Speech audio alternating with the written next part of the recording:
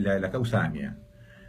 Yo Si sé tú cuál es la tienes historia. un muy buen libro sobre la causa AMIA. Sí, pero si vos agarrás la historia real y la comparás con la versión oficial y la historia que va a quedar seguramente en la historia argentina, no va a ser la mía, va a ser la otra, seguramente, vos decís, ¿cuántas veces pasó esto? ¿Cuántas veces pasó en la historia argentina y en la historia de la humanidad la diferencia entre el relato que nos venden y que tenemos que aceptar como bueno y lo que realmente pasó? ¿No? Es decir, ¿y por qué puede perdurar el otro? ¿Cómo es qué nos pasa que perdure el otro? Bueno, para mí es inexplicable eso. Yo no encontré una solución y no sé si el mundo es mejor o peor por eso, ¿entendés? Tampoco sé. No se sabe. No sé nada de eso. No Y entiendo vos, nada. Ana María, ¿qué me sabes de la memoria? De No, la estoy construcción de la pensando, memoria, ¿no? para hablar más o menos en la misma dirección, estaba pensando en una situación a la que yo tuve acceso porque escribí una nota también para una revista que se llamaba Delitos y Castigos, que fue la muerte de la mujer de Monzón. Sí. Que en ese momento lo que salía en los diarios y lo que de alguna manera quedó era que ella se había tirado o él la había tirado por el balcón y parecía que había mucha confusión y no se entendía, era un tema muy confuso y como que había desaparecido un músculo de la primera autopsia y no sé qué y no sé cuánto. Pero yo leí las autopsias eran clarísimas, no había ninguna duda. Claro, la estranguló, pero había sangre en los alveolos pulmonares, no había pero ninguna duda de que murió ahorcada por asfixia. Bueno, la tiró después, unos dicen que la tiró después, otros dicen que ella estaba del otro lado del balcón agarrándose de la baranda, es posible.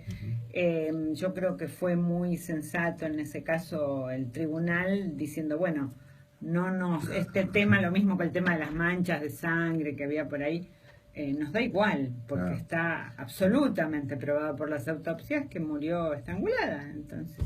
Ahora, a mí me parece que tanto en la ficción como en los hechos reales siempre es mucho más fácil hablar, describir lo cruel que lo amoroso. Un personaje lleno de crueldad es mucho más fácil o es más leíble o la gente lo recuerda mucho más que un personaje que es bueno, que es amoroso, que tiene una historia linda. Bueno, la bondad como la felicidad no es narrativa. Así es. Sí. Y sirve aparte, para la poesía, puede ser lírica, fantástico. pero no es narrativa. Para la poesía, qué bueno. Claro, vos fíjate que hay mucho Nunca la más, había visto sola así. escrito sobre Caín que sobre Abel. Sí, por supuesto. Porque Abel es un personaje que no le interesa a nadie. Es bueno, brilla la luz, la santidad del espíritu y ahí terminó. Sí, Caín, es la Caín misma en historia cambio, de por qué uno tiene ganas de leer el infierno del Dante y se aburre muchísimo con el paraíso. Iba a poner ese ejemplo. El paraíso es la única parte opiante de la Divina Comedia, digamos, ¿no? Cuando él ve el espíritu queda iluminado, y es probablemente porque se acaba el lenguaje. Porque vos decías recién, yo te escuché, y muy interesante, que la memoria está hecha de lenguaje, ¿no? La memoria está hecha de palabras, dijiste, de lenguaje. Y entonces, cuando cesa el lenguaje, ¿no? Es como que nos aburrimos, qué sé yo, somos lenguaje, ¿no? Sí, por supuesto. Además, Dante se ve en el drama de tener que relatar una felicidad que nada tenga que ver con el cuerpo. Así es. No es como la felicidad, digamos, del paraíso material, islámico, claro, que es mucho más las tangible. huríes y todo lo demás. Las huríes, y bueno, en fin, ahora estaba leyendo que los guerreros heroicos, los vikingos, por ejemplo, iban al Valhalla, donde iban al salón de banquetes y se quedaban ahí hasta el fin de los tiempos. Y ahí comían y tomaban y bueno, la pasaban bomba. Pero es difícil describir una felicidad que nada tenga que ver que no tenga ninguna relación con el cuerpo, con lo físico. Y hay otro tema complicadísimo en el paraíso de la Divina Comedia, que es el hecho de que haya jerarquías en esa felicidad. Esto es una cosa increíble. ¿Sí? Haya jerarquías.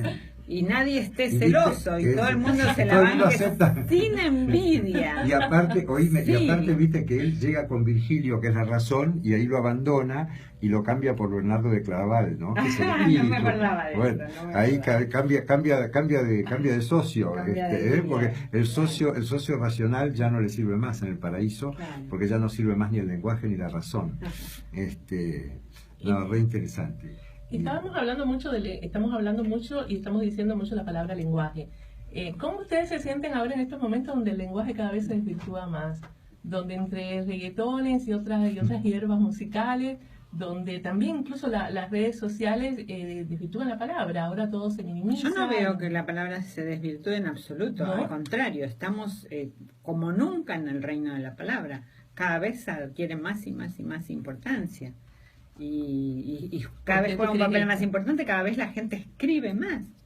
Mucha gente que hoy escribe y antes no escribía, digamos, porque las cartas de correo, la vieja correspondencia había desaparecido. No existe, sí, ahora existe reducido en el sistema de internet, pero multiplicado ahora, también. Sí, y ahora la gente escribe en Facebook y escribe en pero WhatsApp. una cosa es escribir por escribir y otra cosa es la belleza del lenguaje o el lenguaje como el lenguaje.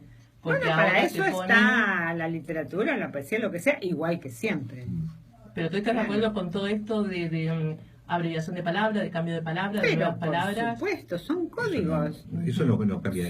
Lo que sí me parece que hay más prestigio de la palabra que de los hechos. Vos fíjate que en los últimos años hemos vivido, y todavía, no es que cambió demasiado, no importa si lo que hiciste, lo hiciste, no lo hiciste. Yo me acuerdo de una discusión con Horacio González, donde después de llevar la situación, yo decía, bueno, pero ellos dicen que van a hacer esto y al final no lo hacen, pero por lo menos pusieron el tema arriba de la mesa, es decir, que terminan siendo casi religiosos, donde lo que importa es lo que se dice, bueno, puede o no estar correlacionado con los hechos. Sí. Cuando encontramos la historia de Berbisky, en la Biblioteca Nacional estaban los elementos contundentes que demostraban que él había cobrado dinero de los militares. Yo lo llamo Horacio González y digo, Horacio, espero que cuides esto, que eso no desaparezca, porque eso es una prueba contundente. Por suerte encontramos en otros lados más, pero eso habían ingresado ese papel a la biblioteca en el año 79, por lo tanto no había ninguna operación en contra de Berbisky, sino que eso entró ahí y se guardó ahí. Y digo, espero que no se pierda. Y dice, no, eso no se va a perder, quédate tranquilo. Y digo, y ahí te das cuenta, dice, bueno, está bien, dice, eso es cierto, pero la interpretación que vos haces no es la que yo hago. Correcto, bueno. Y ahí decía que el señor había cobrado plata. Bueno, ¿Qué interpretación había que hacer? Es como la posmodernidad y la posverdad, ¿no? O sea, yo creo que la terminación digamos, de la terminación de la modernidad y del mundo de la ilustración y de todo eso, y el ingreso en el mundo de la posmodernidad, también arranca una especie de crisis de la verdad, ¿no? Y de lo que vos decís de sustitución de la verdad por la palabra y de los hechos por la palabra, ¿no? Esta discusión, por ejemplo, de los 30.000 desaparecidos y los 8.000 desaparecidos, alguien podría decir son muchos más que 8.000, pero no poner una cifra simbólica. ¿Qué es una cifra simbólica? La cifra simbólica fue en un momento donde ellos estaban buscando ayuda para ONGs vinculadas a temas de derechos humanos en Holanda específicamente. Eso era un requisito. No, entonces cuando se dieron cuenta que con 5.000 no accedían a cierto tipo de...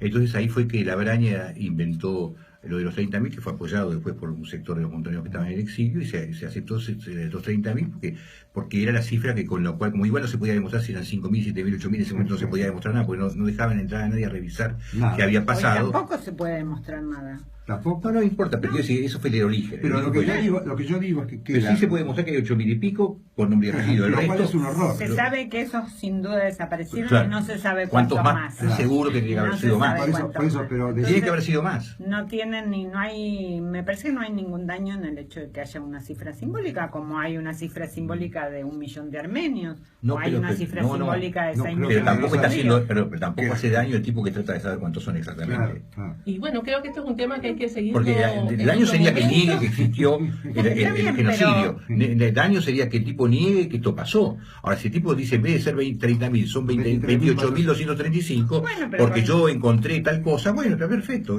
¿Cuál es la diferencia? ¿Acaso es más malo el tipo que mató 30.000 que el que mató 27.000? Bueno, estamos llegando a un tema muy bueno. Cuando se termine el programa, yo creo que podemos continuar en otro. Aquí también pasa qué es la verdad, qué es la mentira, y el lenguaje. Hoy ha sido un día de los escritores, donde hemos hablado con dos escritores que son... De la escritora.